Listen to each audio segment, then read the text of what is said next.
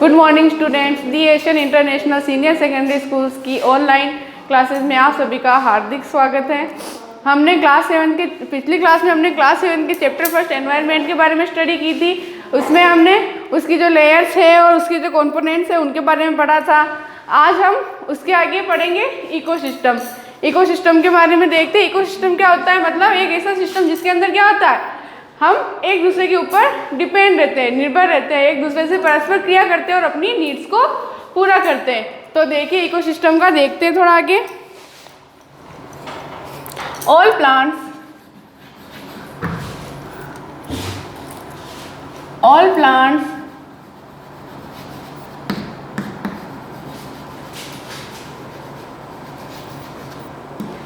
animals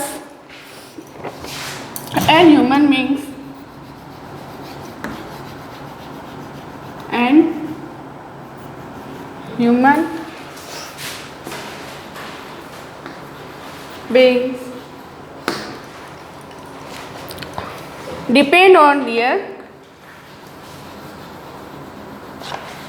depend on their immediate surroundings.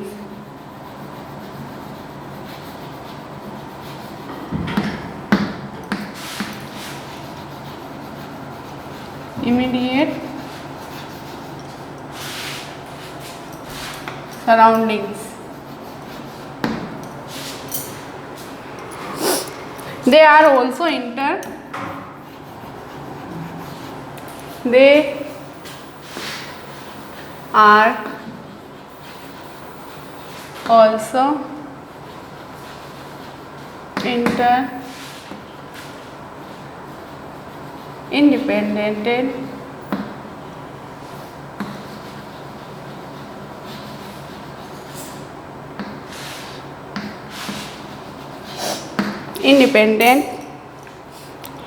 on each other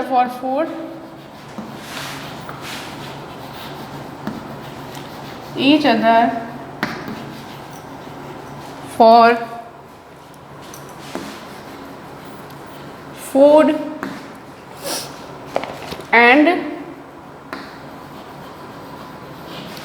air. This relation between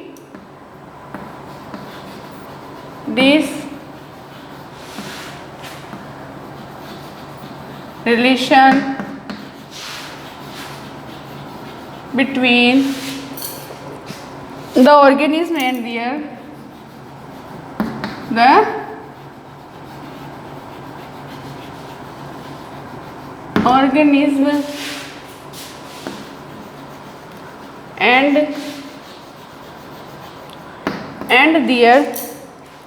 surroundings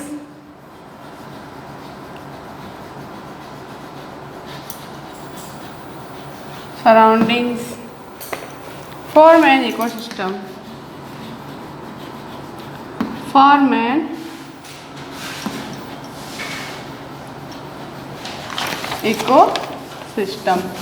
मतलब देखिए ecosystem क्या होता है, all plants, animals and human beings depend on their immediate surrounding. मतलब जितने भी plants है, पेड़ पौधे हैं, एनिमल्स जानवर और ह्यूमन बींग्स मतलब जितने भी मनुष्य या हम जो प्राणी हैं वो क्या होते हैं, अपने जो आसपास का जो वातावरण होता है जो हमें इफेक्ट करता है, जो जिससे हम रिलेटेड है, जुड़े हुए हैं, उस वातावरण पर वो निर्भर करता है। They are also interdependent on each other for food and air. और वो एक दूसरे पे किस तरह से निर्भर होते हैं, खाने के लिए, पानी के लिए, मतलब अपनी ज़रूरतों को पूरा करने के लिए क्या होते हैं, एक दूसरे पर निर्भर होते हैं, एक दूसरे पर आश्रित होते हैं।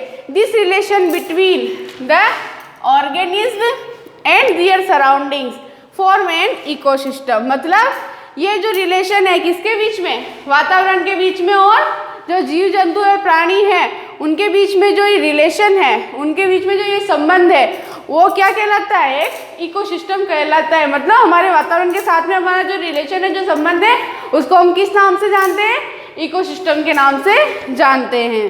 देखिए इसका थोड़ा और देर मतलब सबका अपना अपना एक इकोसिस्टम होता है, सबका अपना अपना वातावरण के साथ में अलग रिलेशन होता है और अलग अलग अपने अपने इकोसिस्टम्स वो फॉलो करते हैं।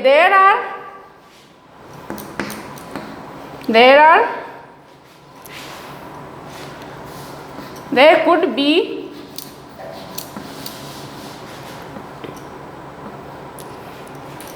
an ecosystem of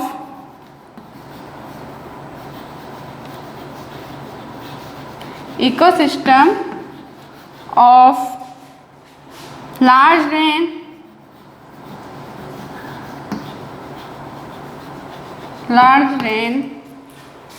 forests,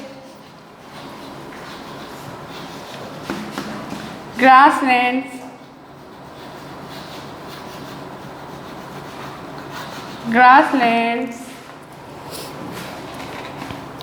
deserts, mountains,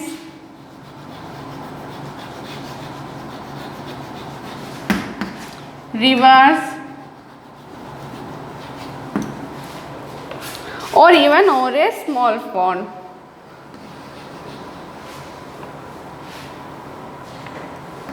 Even a small pond. मतलब जो प्लांट्स है जिसमें जैसे रेन्स है, डेजर्ट है, ग्रासलैंड है, फॉरेस्ट है, इन सब का इकोसिस्टम होता है। किस तरह से?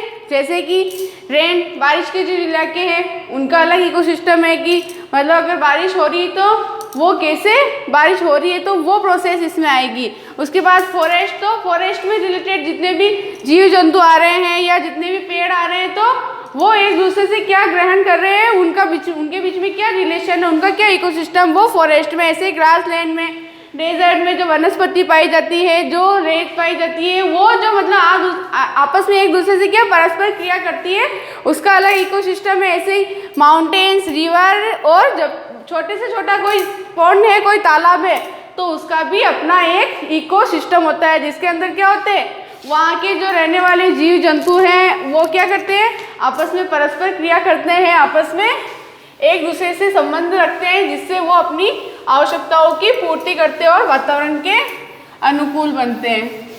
उसके बाद थोड़ा इसको एक फूड चेन के थ्रू हम समझने की कोशिश करेंगे, जो आपके चैप्टर में तो नहीं है पर मैं आपको एज ए एग्जाम्पल इसको समझा रही हूँ ताकि आपको समझने में थोड़ी आसानी रहेगी। इसके अंदर देखिए क्या करेंगे, हम प्लांट्स और एनिमल्स का इकोसिस्टम थोड़ा देखेंगे, इसमें उनके फूड और एयर से रिलेटेड कुछ चर्चा करेंगे। और एनिमल्स हम मतलब कैसे एक दूसरे से रिलेशन में होते हैं, मतलब कैसे रिलेटेड होते हैं एक दूसरे से, किस तरह से एक दूसरे से जुड़े हुए होते हैं। तो फर्स्टली जो हम एयर एक्सचेंज करते हैं उसका देखते हैं, तो प्लांट्स क्या टेक करते हैं, कार्बन डाइऑक्साइड, एंड रिलीज क्या करते हैं, ऑक्सीजन। इसी के डायरेक्ट अपोजिट एनिमल्स क्या टेक करते हैं, oxygen, and release carbon dioxide. तो ये देखिए वातावरण मतलब अपने सराउंडिंग्स में जैसे प्लांट्स और एनिमल्स का जो स्ट्रक्चर है उसके अंतर्गत जैसे इनका जो एयर से रिलेटेड जो इकोसिस्टम बनता है उसके अंदर देखिए क्या होता है, प्लांट्स जो कौन सी गैस ग्रहण करते हैं, कार्बन डाइऑक्साइड ग्रहण करते हैं, और कौन सी गैस छोड़ते हैं, कौन सी गैस रिलीज करते हैं, तो ऑक्सीजन को। इसी तरह से उसके अपोजिट हम जैसे प्राणी, मनुष्य हुए या फिर एनिमल्स जो हुए, वो इसके अपोजिट क्या करते हैं, ऑक्सीजन तो ग्रहण करते हैं और रिलीज कौन सी करते हैं, कार्बन डाइऑक्साइड। तो इससे क्या हो रहा है, वातावरण के अंदर एक बैलेंस बन रहा है। बैलेंस बनने की वजह से क्या हो रहा है कि हम उस वातावरण में जीवित रह पा रहे हैं। अगर हम गैस सपोज करें कि जैसे कि प्लांट्स भी क्या कर रहे हैं, ऑक्सीजन ग्रहण कर रहे हैं और एनिमल्स भी ऑक्सीजन ग्रहण कर रहे हैं, तो फिर क्या होगा, वातावरण के अंदर कौन सी गैस की कमी आ जाएगी, ऑक्सीजन की कमी आ जाएगी। और अगर ऑक्सीजन नहीं बचेगी तो जीवन संभव ही नहीं है। इसके अलावा जैसे CO2 अगर दोनों रिलीज कर रहे हैं तो फिर वातावरण में किसकी अधिकता हो जाएगी, कार्बन डाइऑक्साइड की ज़्यादा अधिकता हो जाएगी, ज़्यादा मात्रा में वातावरण में क्या, पर्यावरण में कार्बन डाइऑक्साइड की अधिकता हो जाएगी। उसकी वजह से भी क्या होगा, हमारे ऊपर बुरा इफेक्ट पड़ेगा और उसकी वजह से भी हमारा नुकसान होगा। तो मेनली इन दोनों में क्या बन रहा है, एक रिलेशन बन रहा है एक्सचेंज करने का गैसेस को, जिसकी वजह से क्या हो रहा है, हमारा जो एनवायरनमेंट है उसका बैलेंस बना हुआ है। इसी श्रृंखला के अंदर देखते हैं फूड से रिलेटेड इसमें क्या रिलेशन होता है, फूड से रिलेटेड क्या साइकिल बनता है, इनमें क्या श्रृंखला बनती है वो देखते हैं। जैसे कि प्लांट्स जो बनाते हैं अपना खाना, वो किससे बनाते हैं, sunlight and soil is equal to plant. तो क्या होता है, सूर्य से मिलने वाले प्रकाश से क्रिया करके, मिट्टी के साथ क्रिया करके क्या करता है, पौधा बड़ा होता है, आगे से आगे बढ़ता है, तो उससे क्या बनता है, एक पौधा बनता है। फिर बाद में इधर इनका खाना, मतलब इधर आने वाले एनिमल्स में आने वाले जो जानवर होते हैं इसके इक्वली देखते हैं, ताकि ये जो फूड चेन बन रहा है वो आसानी से समझ में आएगा। तो वो होते हैं हर्बीवरस, जो शाकाहारी जो होते हैं जानवर, वो हर्बीवरस के अंदर आते हैं। इसको हम क्या कहते हैं, प्राइमरी कंज्यूमर्स भी कहते हैं, प्राइमरी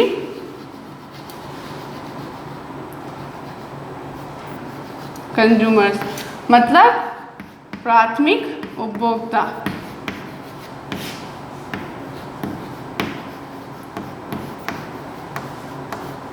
इनको क्या कहते हैं,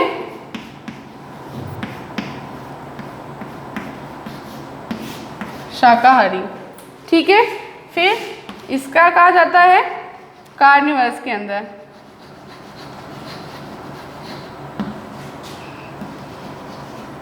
ये कौन से जानवर होते हैं, मांसाहारी।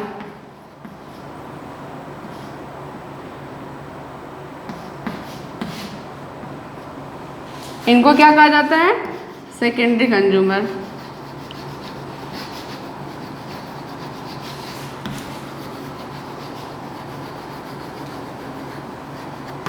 द्वितीयक उपभोक्ता।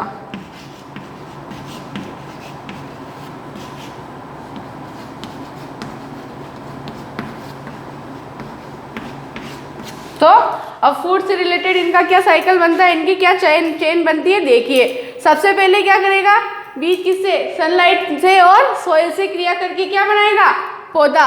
और जो जैसे ही पौधा बनेगा इसके रिलेशन से क्या बना, प्लांट। और प्लांट को फिर किसने ईट किया, किसने खाया, हर्बीवरस ने। मतलब जो शाकाहारी जीव जंतु जो होते हैं वो इसका सेवन करते हैं, जिन्हें हम किस नाम से जानते हैं, प्राइमरी कंज्यूमर्स के नाम से भी जानते हैं। तो ये किस पे डिपेंड हुए, प्लांट्स पे। मतलब इनको अपने खाने के लिए किसके लिए किस पे डिपेंड रहना होता है, इससे। तो इनका रिलेशन किससे हुआ, प्लांट से। उसके बाद में जो कार्निवरस जो होते हैं, मांसाहारी जो जीव जंतु होते हैं, जिनको हम क्या कहते हैं, सेकेंडरी कंज्यूमर्स, उनका रिलेशन किससे हुआ, हर्बीवरस से। वो क्या खाते हैं, मांस खाते हैं। तो ये लोग किसको खाएंगे, इसमें आने वाले जितने भी छोटे जीव जंतु हैं या इंसेक्ट्स है या जो भी है, वो किस में आएंगे, हर्बीवरस में। तो ये लोग किसको खाते हैं, इनको। तो इनका संबंध किससे हुआ, तो ये एक साइकिल बन रहा है। जैसे कि सनलाइट के अकॉर्डिंग क्या हुआ, प्लांट्स बने, फिर प्लांट से बनने वाले भोजन को किसने ग्रहण किया, शाकाहारी ने। और शाकाहारी को फिर किसने ग्रहण किया, कार्निवरस ने, मांसाहारी ने। तो ये एक साइकिल बन जाता है, जिसकी वजह से क्या होता है, इनका एक रिलेशन शो होता है कि मतलब ये किस तरह से एक दूसरे से जुड़े हैं। जैसे एयर के अकॉर्डिंग हमने देख लिया कि जो हम ऑक्सीजन और कार्बन डाइऑक्साइड की जो हम गैस ग्रहण करते हैं और छोड़ते हैं, तो उसमें एनिमल्स और प्लांट्स का एक रिलेशन शो हो रहा है, जो कि पर्यावरण के दोनों ही मुख्य अंग है, एनिमल्स भी और प्लांट्स भी। तो इन दोनों में यहाँ एयर को लेके भी रिलेशन बनता है और फूड को लेकर भी।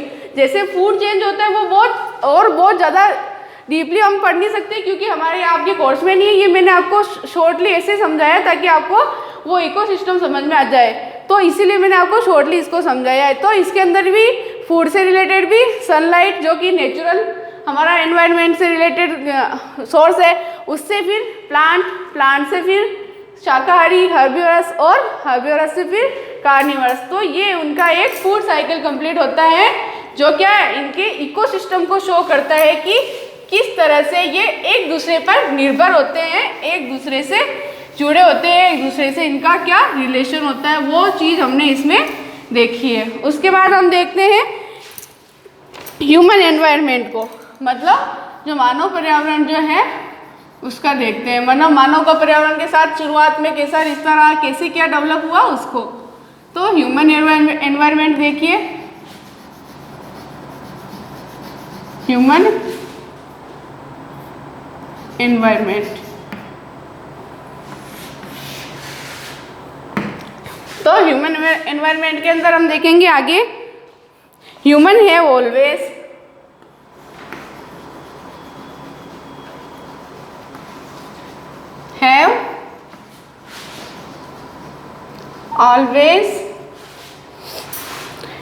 interacted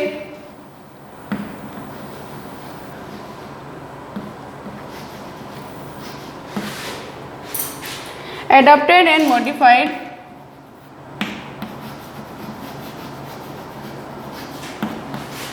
and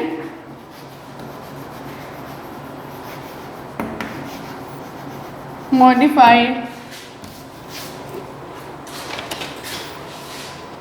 the environment. The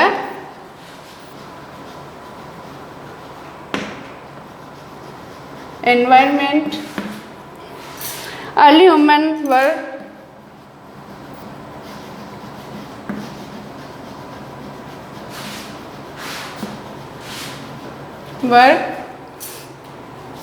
hunter gatherers,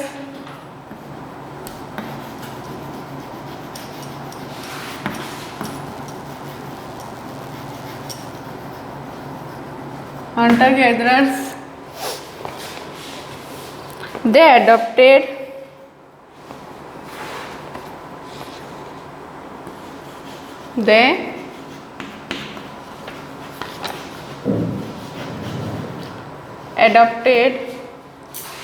to the environment,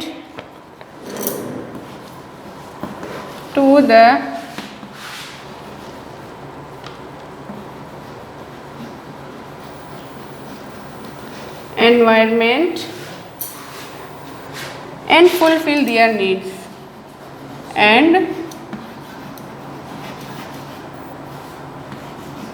fulfill their needs तो क्या होता है ह्यूमन एनवायरनमेंट के अंदर, जैसे जो एनवायरनमेंट से हमें जो वस्तुएं मिल रही, जो संसाधन हमें मिल रहे हैं, जो सोर्सेज हमें एनवायरनमेंट से मिल रहे हैं, जिनसे हम जुड़े हुए हैं, जिनसे हम क्रिया कर रहे हैं, तो उनको क्या करता है इंसान, उनको डायरेक्टली तो वो ग्रहण नहीं करता है, तो उनको थोड़ा उनमें संशोधन करके, उनको थोड़ा मॉडिफाई करके ग्रहण करता है। जैसे कोई फसल है, तो जैसे खेत में कोई फसल उगी है, तो हम उसको डायरेक्टली तो ग्रहण नहीं कर सकते हैं, तो उसके लिए क्या किया जाता है, अनाज को निकाला जाता है, फिर उसको पिसवाया जाता है, उसके बाद हम उसको ग्रहण करते हैं। तो उसमें थोड़ा ना थोड़ा कुछ मॉडिफिकेशन किया जाता है, उसके बाद में ही वो चीज़ हम यूज में लेते हैं। Early human were hunter gatherers, they adopted to the environment and fulfil their, मतलब शुरुआती जो जीवन था मानव का, उसके अंदर मानव क्या करता था, शिकार करके, पशुओं का शिकार करके, और उन्हीं से अपना पेट भरता था, उन्हीं से अपनी ज़रूरतों को पूरा करता था, क्योंकि उस टाइम पे और उसे दूसरी चीज़ों का ज़्यादा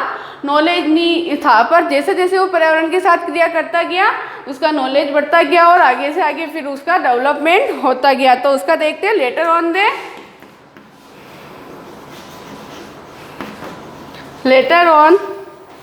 दे started to B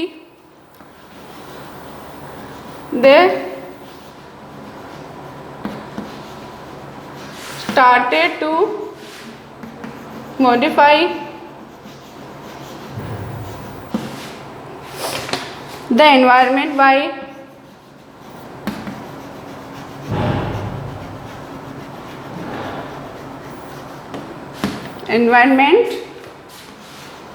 by growing crops,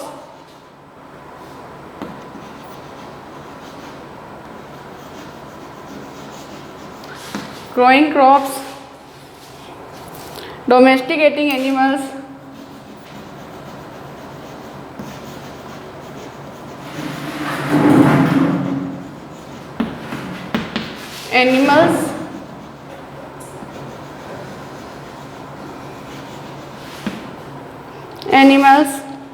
and leading settled life and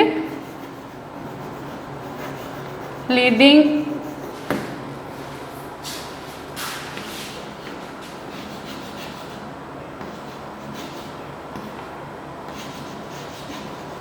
settle life. तो जैसे जैसे पर्यावरण के साथ मनुष्य अपना सामंजस्य बैठाता गया, उसके बाद में उसने डेवलप किया, पर्यावरण के साथ क्रिया किया, उसके बाद में उसने क्या करना शुरू किया, फसल उगाना शुरू किया, मतलब खेती करना शुरू किया, फसल उगाना शुरू किया, पशुपालन, डोमेस्टिकेटेड एनिमल्स मीन्स पशुपालन शुरू किया और एक व्यवस्थित जीवन जीने लगा। वरना जो शुरुआती तौर पे उसका जीवन कैसा था, वो एक घुमक्कड़ प्राणी था और क्या करता था, शिकार करके, पशुओं का इनका शिकार करके अपना पेट भरता था। लेकिन जैसे जैसे डेवलपमेंट हुआ, उसने क्या किया, खेती करना स्टार्ट किया, फसल उगाना स्टार्ट किया, पशुपालन करना स्टार्ट किया और एक व्यवस्थित जीवन जीने लगा। उसके बाद में और ज़्यादा डेवलप, उसका नॉलेज बढ़ा, तो उसके बाद में उसने और भी दूसरी कार्य करना स्टार्ट किया, जैसे कि then came surplus food, barter system,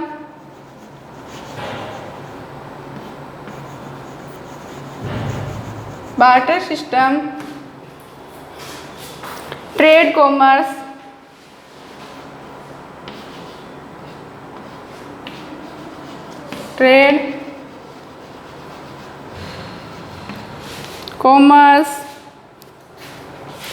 scientific revolution,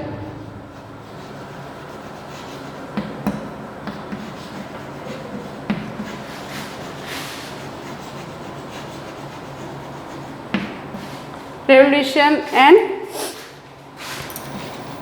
industrial revolution,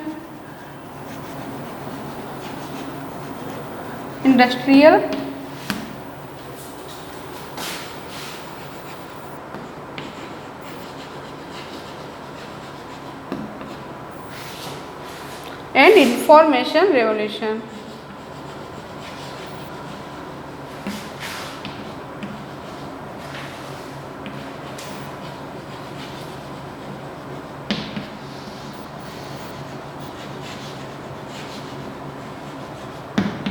information revolution. तो फिर बाद में जैसे उसने फसल उगाना स्टार्ट किया, तो उसके बाद में क्या किया उसने, सरप्लस फूड मतलब उसको धान को, अनाज को क्या करना शुरू किया, स्टोर करना शुरू किया। मतलब उनको कई जगह, किसी जगह पर स्टोर करके, जैसे हम आज स्टोर करके रखते हैं, तो वो शुरुआत इसने फसल उगाने के बाद में ये शुरुआत की कि उसने खाने को स्टोर करना स्टार्ट किया। वाटर सिस्टम का मीन्स होता है इसके अंदर के, जैसे हमारे पास कोई चीज़ है और हमें किसी दूसरी चीज़ की जरूरत है, तो पहले के लोगों को करेंसी का तो नॉलेज था नहीं, तो वो क्या करते थे, वस्तुओं का विनिमय करते थे, आदान प्रदान करते थे। जैसे किसी और के पास दूसरी वस्तु और हमारे पास दूसरी वस्तु है, तो वो एक्सचेंज करते थे उसमें थिंग्स का। उस एक्सचेंज को हम क्या कहते हैं, बार्टर सिस्टम। तो वस्तुओं का, थिंग्स का एक्सचेंज करके वो अपनी ज़रूरतों को, अपनी नीड्स को पूरी करते थे। तो बार्टर सिस्टम की शुरुआत हुई। फिर बाद में धीरे धीरे व्यापार होने लगा, कॉमर्स या फिर साइंटिफिक रेवोल्यूशन हुआ और इंडस्ट्रियल औद्योगिक रेवोल्यूशन हुआ और इंफॉर्मेशन, सूचना से रिलेटेड, प्रौद्योगिकी से रिलेटेड रेवोल्यूशन हुआ। धीरे धीरे जैसे जैसे इंसान का डेवलपमेंट होता गया, पर्यावरण के साथ उसका कनेक्शन जुड़ता गया, उसने ज़्यादा से ज़्यादा फिर डेवलपमेंट किया और अपनी आजीविका को बढ़ाया। थोड़ा एंड में, थोड़ा सा लास्ट में थोड़ा देख लेते हैं, उसके बाद में आपका ये लेसन एंडिंग है। ये एक लास्ट पैराग्राफ बचा है, वो देख लीजिए।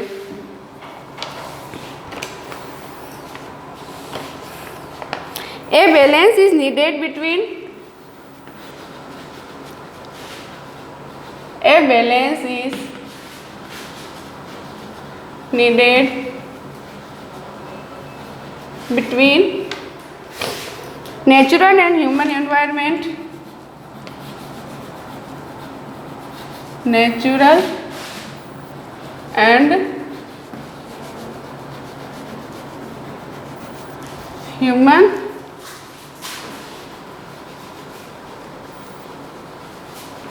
environment,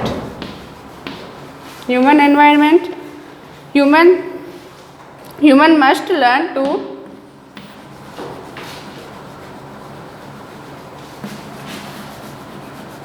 must learn to live and use their environment, live and use their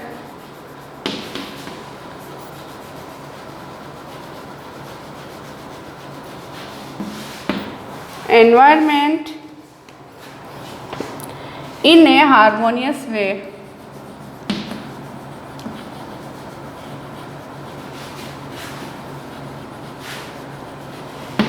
In a harmonious way, so that human could develop, so that human could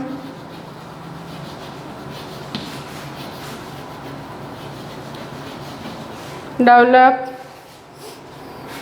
without destroying, without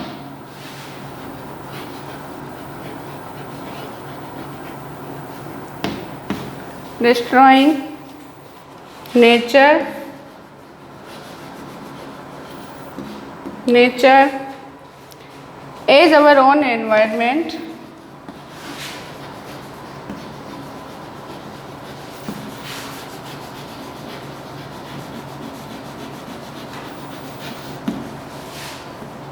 as our own environment eventually depends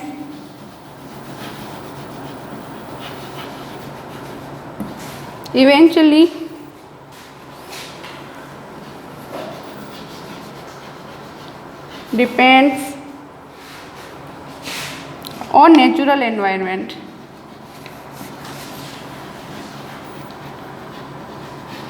Natural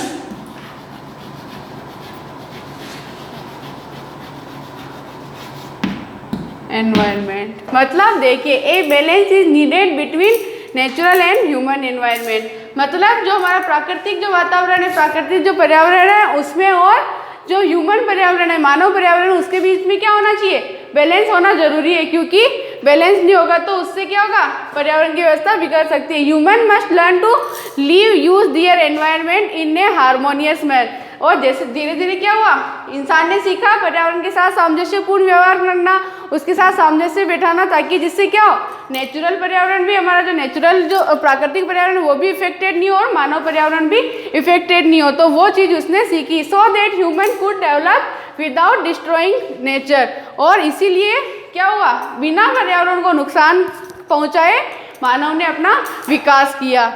मतलब last में इसमें mainly यही, अंत में यही बात बताई जा रही है, as our own environment eventually depends on natural environment. मतलब अंत में यही बताया गया है कि हम जो है, मानव प्रजाति जो है, मानव एनवायरनमेंट है, जो मोस्टली किस पे डिपेंड करता है, प्राकृतिक पर्यावरण पर डिपेंड करता है। आपका ये लेसन यही कंप्लीट होता है, इसके क्वेश्चन आंसर हम आगे की क्लास में करेंगे। इस लेसन से रिलेटेड अगर और ऐसा कोई टॉपिक हो जो आपको समझ में नहीं आ रहा हो तो आप कमेंट बॉक्स में लिख सकते हो या फिर सर के नंबर पे कांटेक्ट कर सकते हो। धन्यवाद।